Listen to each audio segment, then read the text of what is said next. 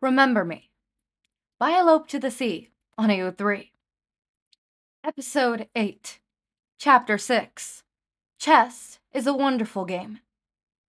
Here we are, Ochako said, her voice low beside Todoroki. Stick to the plan, little heroes. Deku pulled up his hoodie and turned around to see them. He was smiling tiredly, his breathing heavy as he traced shapes in the palm of his hand. He'll be okay, he reassures them. Just please try to adhere to the plan. It'll be okay if you do so. Izuku's eyes wandered from one person to another, jumping over all the place. His hands shook as he let out a deep sigh. Todoroki got near, letting his hand rest on Izuku's shoulder. He flinched, but relaxed as soon as he realized who was touching him. We'll follow the plan, Todoroki said without hesitation. Thanks, Izuku said, but his voice betrayed him, breaking a bit by the end. I'm just nervous, Todoroki offered. Izuku smiled, a bit broken. Don't worry, we'll do what you say. Well, Izuku's eyes followed a straight line from the right to the left as he played around with his own fingers. It was odd. We'll do it, Todoroki said again. Izuku looked up, eyes filled with hope. Promise? He asked. Todoroki nodded. A bright smile, like the one from the convenience store, appeared in Izuku's face. Todoroki's heart skipped a beat. Promise, he found himself saying. Come with me, lover boy, Uraraka said, grabbing Todoroki's shirt, dragging him to the side of the lair. We need you. Everyone get to your positions, Ingenium said, moving to the opposite direction Urabity did. We'll need the support we can get. We'll leave this to you, Deku. Sure thing, guys, Izuku said, beaming. He put on his headset and took out his notebook. Taking a deep breath in, he looked forward. Let's do this. 1, Izuku whispered. He tried to picture everything he knew would happen. The grip on his notebook tightened. Mina and Kaminari, by the right side. 2, he said, again, his eyes drifting side to side, trying to pick up on something that was out of the ordinary. Weird. Todoroki and Ochako, by the left from above. Iida and Kirishima, in the left. 3, he counted, and closed his eyes. The smell in the air was normal, nothing new. He tried to push aside the memories of the last time he had smelt this scent. And Momo, and him, by the front. Go. The air around him didn't change. There was no sound that came from anywhere, and no sign someone had moved. Good. Or maybe bad. Izuku flipped a coin. We're in. A voice came from his headset. It was Mina's voice. Smart, Momo said. Shutting the power down is a good move. I didn't know there was a power plant by the left side. I've been here before, Izuku said. He could feel Momo's questioning look, but was far more focused on making sure nothing went on an pleasant way. Ingenium, how are you? As soon as you instruct me, I'll rush in, he answered. Stay alert. We have no idea when Kirigiri might show up. Izuku looked around. He counted. 1, 2, 3, 4, 5. Ochako, go! Roger that, Captain, she said. He could hear the wind coming from her floating point. You heard Romeo and Juliet? Do your thing. The sound of dropping came. Be careful, Urabity, Izuku warned. Melted glass is dangerous. Sure thing, she said in a sing-song voice. Here was a rustling sound, and her voice came again. We're done here. Perfect. Move down to room 3A. Ingenium, stick next to Kirishima, and move towards the E3 room. Deku said, and looked towards a door that was locked. On it, Ingenium answered. Izuku looked at the rough sketch of the lair he had. He tried to recreate it by memory, but it was hard to. Wouldn't it be easier if you got in? Momo asked. If you could see what was going on, it'd be easier. I need to trust them, Deku said, looking down to the notebook. He gripped the edges until they bent, and his mouth formed a tight, straight line. His eyes wouldn't move from the white piece of paper. I can't die. I can't die yet. They need me. Momo stared, unsure of what to feel when the boy wearing a bunny hoodie was so desperate to make this work. They must be alert by her movements by now. They'll use 2 manicures to block out from the Black King, Deku said, scribbling down things in his notebook. This might be hard. Manicures? Momo wondered out loud, but Deku was too busy to notice her say it. Where had he heard that before? I see someone closing in from my right, Uraraka said through the speakers. Shit. Deku cursed out loud, his scribbles becoming frantic. Let them walk through the hall and move to 4D. And Jenny, the next room next to yours should be occupied.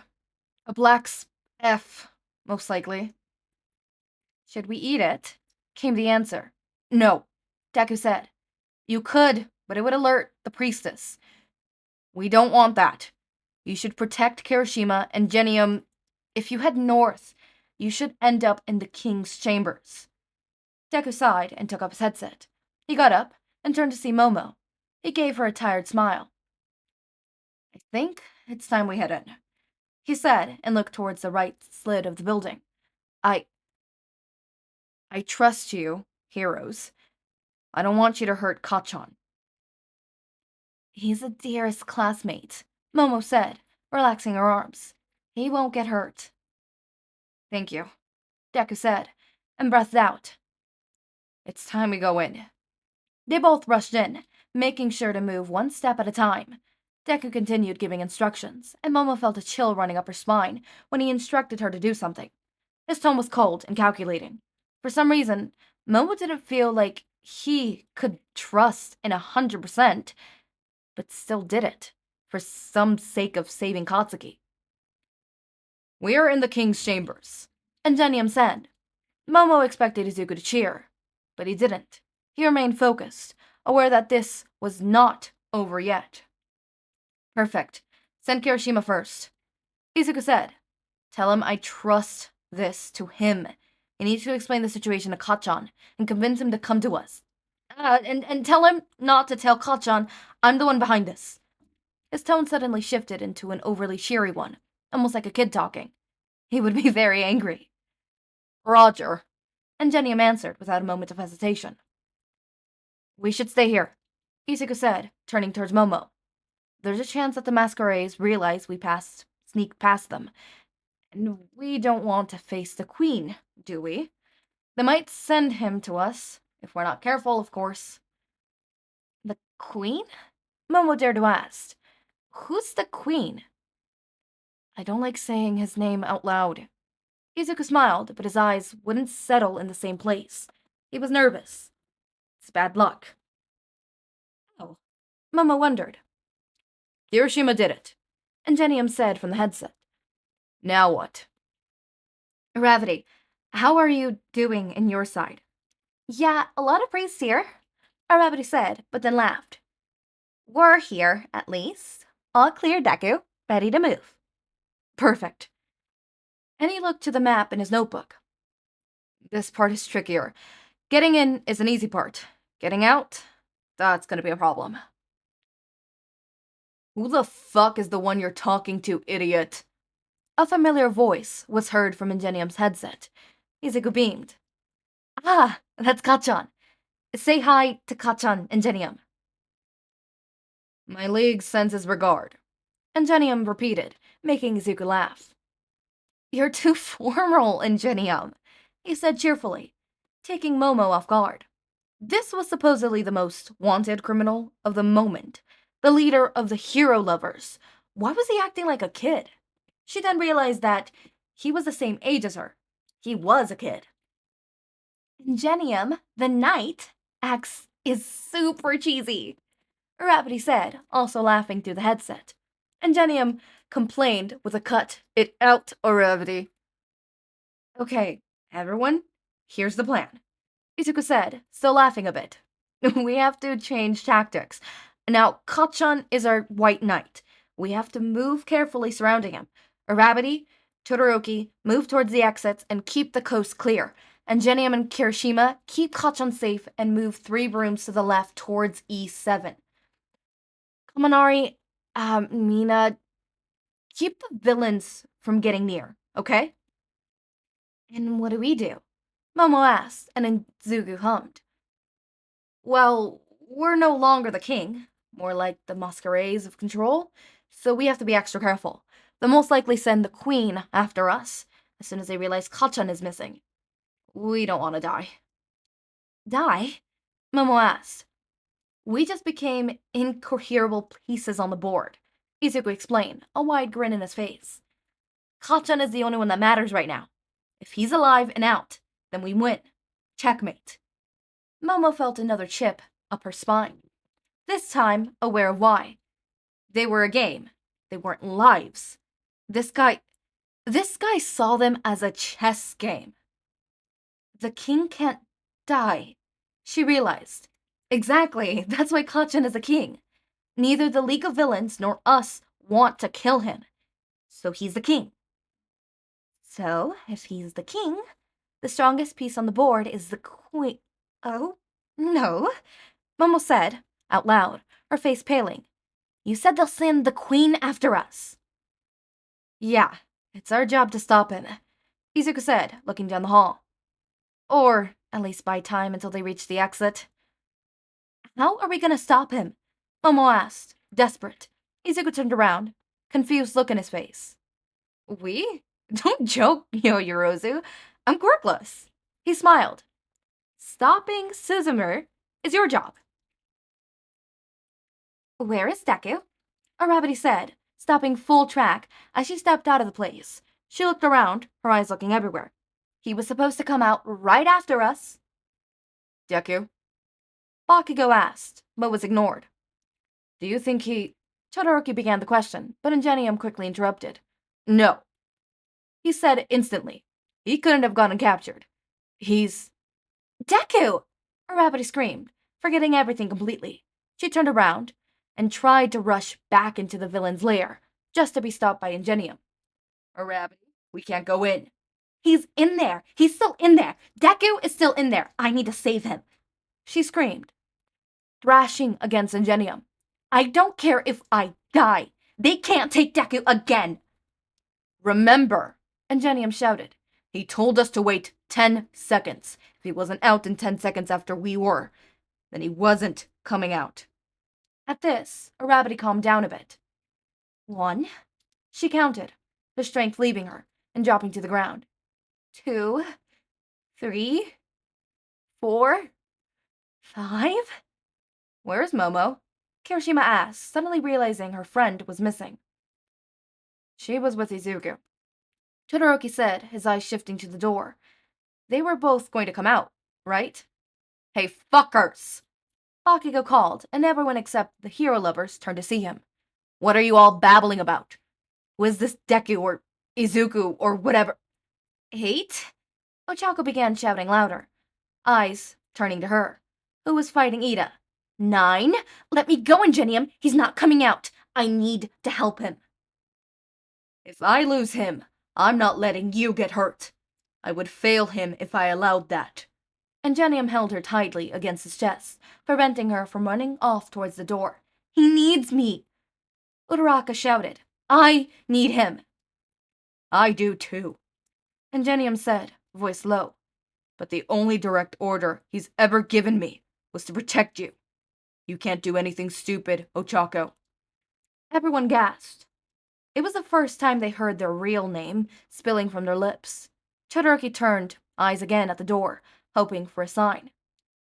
10. Arabity whispered, her body going limp. Tears kept cascading down her face as she punched the ground. 10, 10, 10! Come out, stupid Deku! There's something coming through the door, Todoroki said, and Ochako immediately looked up, and Ingenium got to his feet stance.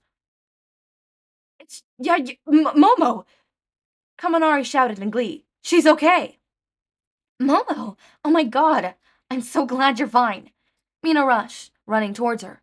Todoroki stopped her, holding her by the shoulder. Todoroki? She's moving weirdly, he commanded, eyes narrowing. When she stepped into the light, her eyes were closed, and her body was covered in scratches and bruises. Her hair was covered in blood, and her whole left arm was purple. most likely broken. Everyone stared in horror as her body stepped forwards, and without support. It felt face first on the ground. The person behind her was revealed. "We lost the bishop," Izuku said, his eyes lost. "But we won." "Deku!" Ochako smiled wildly and ran towards her friend. Iida fell to the ground and let out a deep sigh. In his lips, a smile formed, and tears of joy fell to his cheeks. "You're okay. Oh my god, you're okay. I thought I had lost you. Are you injured? Did you push yourself too hard? Oh my god, never scare me like that again. Are you fucking kidding me?" Kaminari yelled, stopping Ochako's frantic care for Deku. "Oh my god! Momo, answer me!" Mina screamed, kneeling down before her friend. "Open your eyes, princess. Come on, I know you're alive. Please, please, answer me, sweetie." "Oh, I don't think she's alive," Deku said, shrugging. "I guess my calculations were wrong. She was weaker than I anticipated." "Stop joking around," Kaminari yelled again, startling Izuku. "How could you?" "Please, Momo." Mina was sobbing beside the body of her friend, trying to wipe away the blood in her face. "You're gonna be fine, darling, as soon as the police get here." "Police?" Ochako said, getting away from Deku. "Why would the police be here?" "You did betray us," Deku said, eyes dropping. "Really? Thought you would be different." "Izuku, what's going on?" Todoroki asked, trying to find Izuku's eyes, but they wouldn't look at him. At least, not directly. "Heroes are always the same. They tell you to trust them, and then they fail you." Izuku wiped away the blood from his cheek. "All of you are liars!" "Deku?" A voice that seemed to have been lost in the middle of the confusion called. Deku looked up to meet a pair of red eyes he had thought forgotten. "Kachan." He called his name. It sounded desperate and lost. It was the voice of a madman. He stepped forward. Both Kaminari and Kirishima tried to get in the way, but were stopped by Arabity and Ingenium. He stepped even further and was staring into Todoroki's eyes. "Whose side are you on, Todoroki?" Izuku asked. He couldn't answer. He stared at Izuku and saw the lost boy in the convenience store and the one who told him to use his power. He stared at his classmates and saw the people who trusted in him. He was left in the place he was, unable to move. "You will get run over if you stand in the middle of the road," Izuku sighed, stepping closer to Bakugo. "But I can't blame you. Heroes can't be friends with villains." "You're not a villain," Todoroki said. Izuku smiled. "I'm not a hero either," he said, and looked over at Bakugo. "Long time no see, Kachan." "Deku," he said, almost unable to believe his eyes. "I thought you were." There's a lot to talk about." Izuku looked at him with wide eyes. "But thanks to your friends, the police will be here in 10 minutes. So we better hurry." "I'll go get the van," Arabity said, glaring at Kirishima. "If you try to follow us, Yaruzu, here, might not make it," Deku said, his eyes wandering across the field. "There's still a 2% chance that she might make it. If you're smart, you might make it 3%. "You might make it, Momo?" Mina said, too lost in her despair to look up from her friend. "Just hang in there. A few more minutes." "Although, my prediction might be off. I'm already too tired to make proper proclamations," Deku said, wondered, and as soon as he did, the van was there. "Just in time, Aravity. Come on, Kachan. We have a lot to talk about." Todoroki thought that maybe Bakugo would refuse. But he didn't. Most likely due to the shock of seeing the person he cared for the most, alive and breathing again, in front of him, handing him answers he thought were impossible to solve, right in front of him. In a few seconds, they were left alone. Okay, so there's some notes here left by the author. LMAO, was it paced evenly? Question mark, question mark, question mark, question mark. This took me longer to make because I hate action scenes. The entire chapter is an action scene. The next chapter should come easier, especially next Chapter 1. It was my most awaited scene in Ochako's backstory. I think hers makes me want to cry the most. Well, maybe except Deku's. What the fuck did you do to Deku? I know the shit I put Deku through. But what the fuck did you do to Deku? Because sometimes I put my OCs through the most shit. Because, like, yeah, sure, I'll take Izuku's father. I'll take Izuku's mother. I'll take Izuku's dreams. I'll take Izuku's a lot of stuff. His home, his dreams, his aspirations. But I will never take Izuku's right arm. Look. I make Izuku motherless and fatherless to then gain a mother and father. I make my OC Lily right armless, motherless, fatherless, sometimes sisterless, and I take everything away from her and her dreams and aspirations because I'm evil and I don't give her anything. As for Yui, I literally take her life every single time, without a doubt, and always young, always before the age of 25, to be exact, right? So, like, I always kill her off. As for Rina, actually, I don't do shit to Rina. Other than occasionally kill her dad, when she's, like, little. Yeah, no, apart from killing her dad, I don't do jack shit to Rina. Rina's good. Sometimes I give her a sister. Her mother's almost always alive. Yeah, no, I don't do shit to Rina. No, wait! I do make her have a really tragic past. And by tragic past, I mean she gets bullied. Because she's quote-unquote weird and different. She has autism. So kids be kids, kids be bullying. Occasionally, I give her a lover who has a really, really, really sad backstory, but that's not me. That's my friend's OC. So, like, I can't do anything on that. I have a favorite. Rina is one of my favorites. She's one of my longest OCs. I think I've had her for years. She's jumped from fandom to fandom, but the fandom that stuck the most is this one. She used to be in a different fandom OC, but it never really worked out, and I never really liked her there. So when I got into My Hero Academia, I put her in there, and I was like, oh my god, perfect, fits amazing. If I had to, if I had to describe Rina's personality, it would be a mixture of Iida, Izuku, and Toga. Iida, Izuku, and Toga. That's a very interesting. Oh, and Tsukachi. Yep, that's a very interesting. But what did you do to Ochako and Izuku? Also, I cannot wait to see the confrontation between Izuku and Bakugo. Also, Todoroki stayed. Todoroki didn't mean to choose, but he chose. And I wonder if that's gonna set Izuku and Todoroki back. I hope not. We're halfway through the story, and I really hope that's not the case. Okay, the next one, it's looking to be split into two. Chapter 7, A Battle Against a True Hero.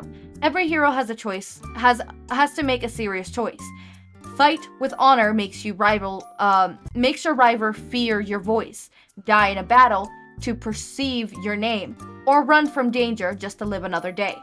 Notes: it's kind of sad that I barely got reviews in this story. I guess I'm really becoming that bad. LMA. No, I like this story. I actually really like the way you're saying. You're giving us enough without giving us enough to make us really sit there and process what's happening, right? Iida's, trajectory to villainy actually makes sense. I'm not sure about Ochako's because we don't know Ochako's trajectory to villainy, and Izuku's it's not even villainy, to be honest. It's really complex. As I said, anti-hero, right? Villain in a complex here. They fall extremely... It's really in the gray area, if I'm being honest, right? So I'm really interested to see how it goes, because they're very heavily anti-heroes. Very heavily anti-heroes. But they're not anti-heroes like Stain was. They're anti-heroes in the sense of once you actually sit and actually hear what they do, it makes you really hard to not want to justify their actions, and obviously they're not completely a light shade of gray. They're darker shade of gray than a hero would be, but they're not dark gray either, like the hero killer is. You get what I mean? So I really like the way that you've progressed the story as well. You've given us enough information while also retracting enough information, right? You haven't even started the love part of the story, and we're halfway.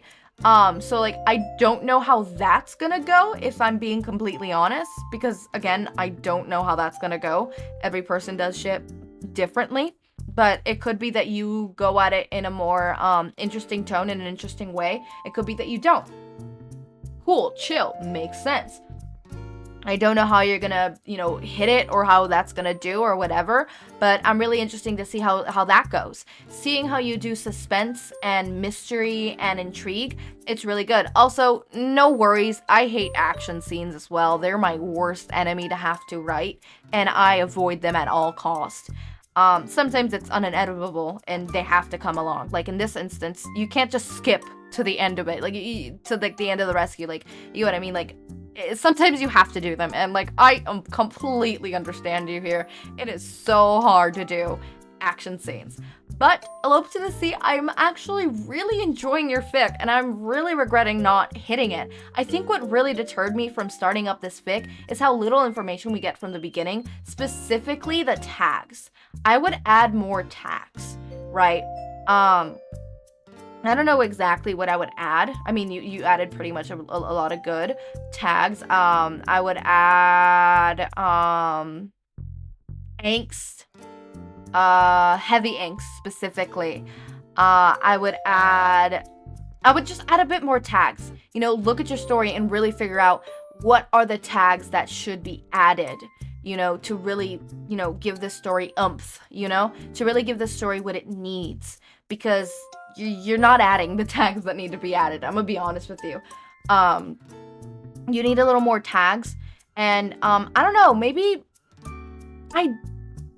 no, the summary stays. I like the summary. The summary is what intrigued me to begin with. So the summary of the story stays. It's just, I think the tags, they need to be worked on a little bit, because that's what threw me off the first place. And this is coming from someone who half of the time does not read tags. The only times I read tags is for when I'm doing a podfic. And like, I read tags, I read the archive warnings, I go through and comb through. Because again, I'm doing this for public, and I don't want to be sitting here and just, oh shit, there's smut kind of situation. Well, like that happened to me once. I should have thought it was rated explicit, but I thought, okay, it doesn't necessarily have to be that there's smut. Smut is not tagged, and this is a detective AU. Of course it's gonna be explicit, because explicit does not mean that there's gonna be smut. It just means that it's gonna be rated R. Just like how every rated R movie doesn't mean that there's gonna be nudity, or, what's it called? Or anything remotely sexual. Sometimes a rated R movie is rated R because of its content, because it is so gory or so vulgar in the sense of gore, right? And that's what happens a lot of the times, and that's okay. That's okay. I've seen some very gory movies. I think the Saw franchise is rated R. I'm not sure. Don't quote me on that. I've never seen the movies, so do not quote on me on that. For all I know, it could be rated R, and there also could be nudity and stuff like that. Well, I mean, even if it is nudity, obviously it's a fan fiction, so there can't really be nudity. But like, you get what I mean? So I combed through tags. So this one intrigued me to begin with because of the summary, but it never intrigued me enough, because I'm looking at the tags and it's like, ugh, there's not enough here. I'll get to it at one point. So I think there really needed to be a tag that really pulled me in. That's just a small note of mine. But once I actually read the first chapter, I was hooked. I was hooked. I wouldn't necessarily say that, okay, this is no diss on your writing style. Your writing style is a very simplistic, basic writing style that a lot of fanfiction writers and regular writers have. Obviously, I'm not saying that just because it's basic does not mean it's not good. It's basic and classic for a reason. It gets the point across. Obviously, this is more in tone with fanfiction readers, because I noticed that we actually, because I don't do many descriptions sometimes too. I try to clock myself on that and add description whenever I can, and go back through a comb and be like, okay, where can I add description? Because I swear to God, I do not add description. But something I've seen in fanfiction specifically is not many description gets put on, surroundings of the settings and stuff like that, right? I also noticed some other small stuff, like you tend to not put that much emphasis in introducing characters and giving characters the time to, you know, shine and be like, oh my god, this is this character and they like this and they like that, which I think is something that I love from fanfiction a lot, because in books you're sitting there and you're relearning the characters while trying to do a bunch of other stuff. In fanfiction, you already know the characters. You get to sit down and just focus on the story, and I love that. But as I was saying, you have a very classic, basic writing style, which is not a bad thing. Your pacing is actually really good. You're really good at pacing stuff and pacing them within the chapters to make it seem intriguing. You're really good with plot. Suspense-wise, it goes really well with your pacing too. I know you questioned your pacing in this chapter, but I promise you did a really good pacing. It was really good and I really appreciated it. As for, as I said, your plots, this is a really interesting plot. You're going in the list of fanfiction writers that I want to see more works of, and that I'm gonna see if I can podfic more of, because it is really good. I promise you, it is really good.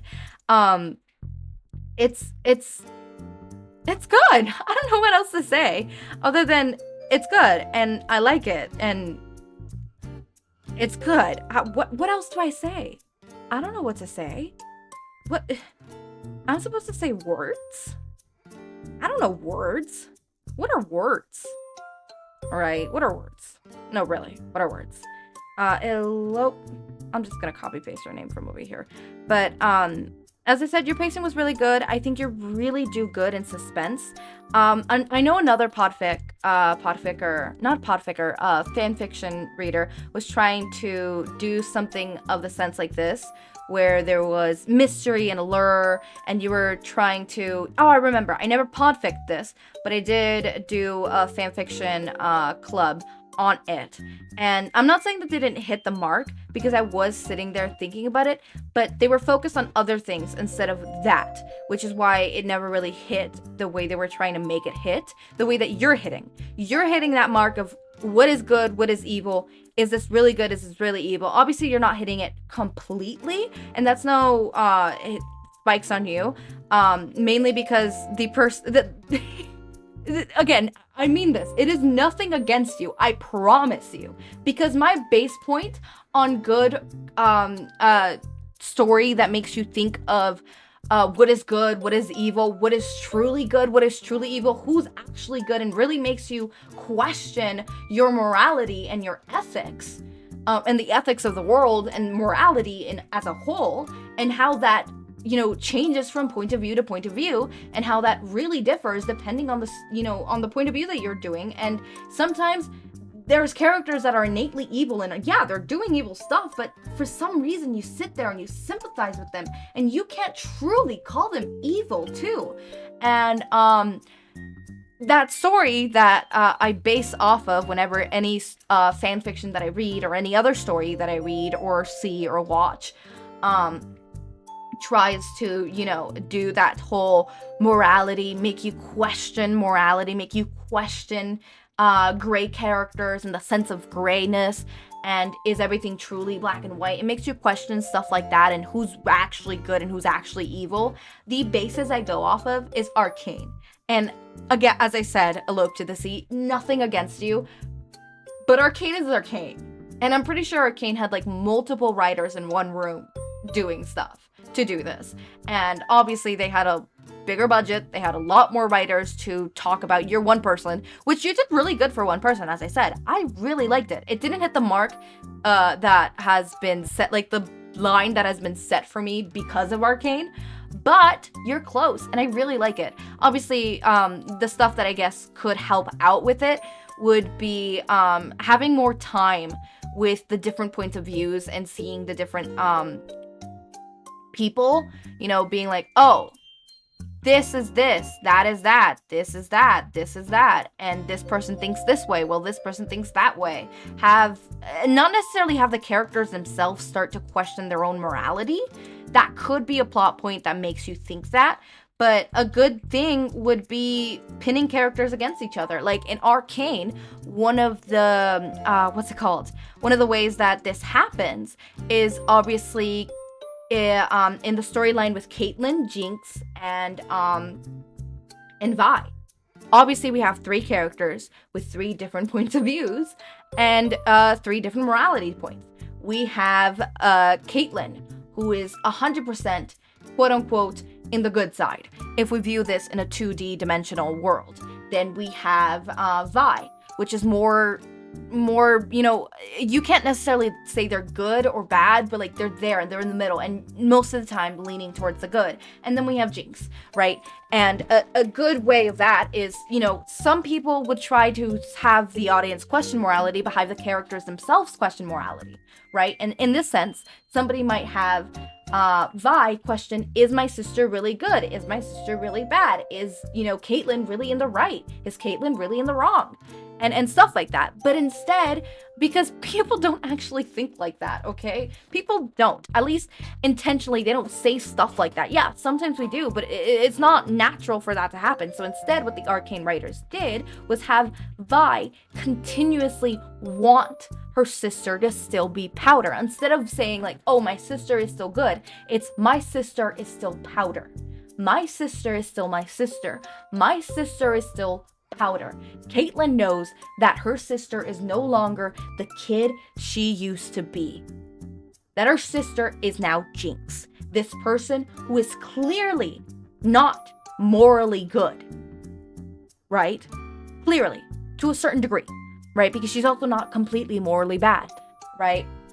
And instead of having Vi be like, oh, my sister's bad, it's be, oh, my sister is Jinx.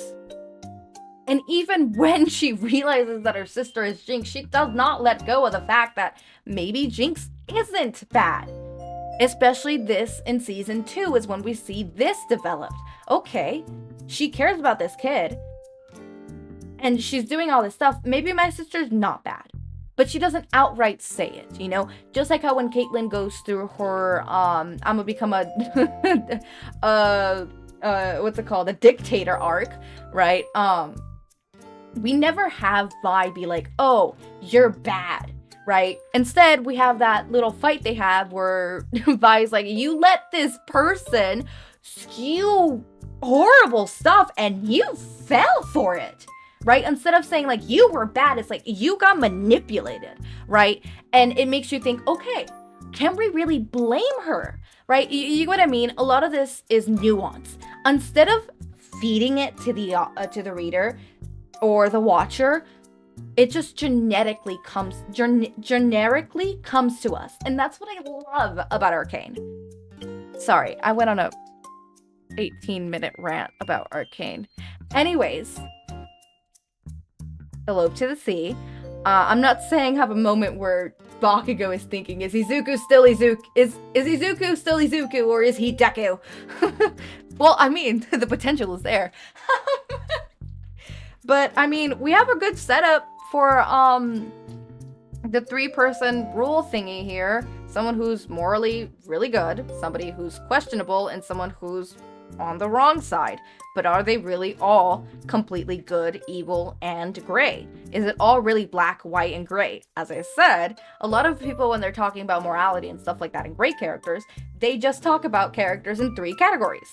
Gray, white, and black. That's not the case. I like to, as I've said even here, is like, okay, they're not white, but they're not gray. They're like a grayish white, right? And I talk about it in tones because that's what it is. It's shades. It is a spectrum. It is a spectrum. And sometimes, believe it or not, a character can fall under white and black, under a really dark gray and a really white black, in different points of views, and I love that. But elope to the sea, I think you're doing really good with the question of morality and the question of stuff like that. Obviously, I have some critiques where you could make it a bit more and have it a bit more nuanced and stuff. But other than that, again, I'm barely even halfway through there. I'm a little bit past halfway through your story, so for all I know, you could have implemented all this, and I'm ranting for nothing. But so far, I'm really liking your story. You're really good with plot, and you're really good at introducing, you know, gray areas and stuff like that. I really like the line where, a point that I really like, that really hits that morality part that you're, you know, probably trying to hit, is when Todoroki, again, this serves the same as when you know, the whole "Are we still sisters?" Scene from Arcane, and one that hits really good in your story that is similar to that scene and serves the same plot relevance and plot points to go towards that type of dynamic and that type of storyline, is where where did he come from? Todoroki tells Izuku, "You're not a villain." And Izuku replies, "I'm not a hero either." Loved it. Loved it. Loved it. Oh my god. Claps, cheers, snaps. Absolutely loved it because that hit the point, right? We got to see Todoroki's point of view of Izuku. He does not see Izuku as a villain, right? And I don't think he necessarily sees him as a hero, but he's not completely seeing him, right? He's not completely seeing the fact that he is gray. He's not 100% in the right. He's not seeing that. And Izuku's like, hey, I'm not a hero either. I'm not good. And that's an acknowledgement. And I love that because it served a lot. Like, it served, I wonder, are we gonna have a point like that with Izuku and Kachan? I'm just saying. Are you still Izuku? Izuku. That's not my name anymore. I'm Deku. Sorry. I love Arcane and I'm not gonna shut up about it, ever. They're really good and I want in on that writer's room. Anyways, I went on a whole long rant. I'm so sorry, guys. Morality is really bad, but you guys can blame Elope to the Sea for making me go into this rant for saying that they didn't think their pacing was good. Or no, you didn't say your pacing wasn't good. You questioned if it was good or not. Your pacing was good. I like this fight scene. If I'm being honest, sometimes reading fight scenes really bore me too. Okay? So I hate writing them. I hate reading them sometimes. So I actually really enjoyed reading this. It was a really cool perspective with the chess stuff. It was really good. I loved it. And I actually, halfway through reading, as like the chess thingy was happening, I realized when Izuku was starting to say like the rooms, I was like, oh wait, hold up. He's saying like board pieces. At least I think he was. I could be wrong. Anyways, I'm gonna end this outro because it's really long. As always, my raindrops, make sure to eat, sleep, drink water, take your meds. Have a wonderful day or night. Link to my Discord server and socials are down in the description. Subscribe to see more of my content, and thank you so much for watching.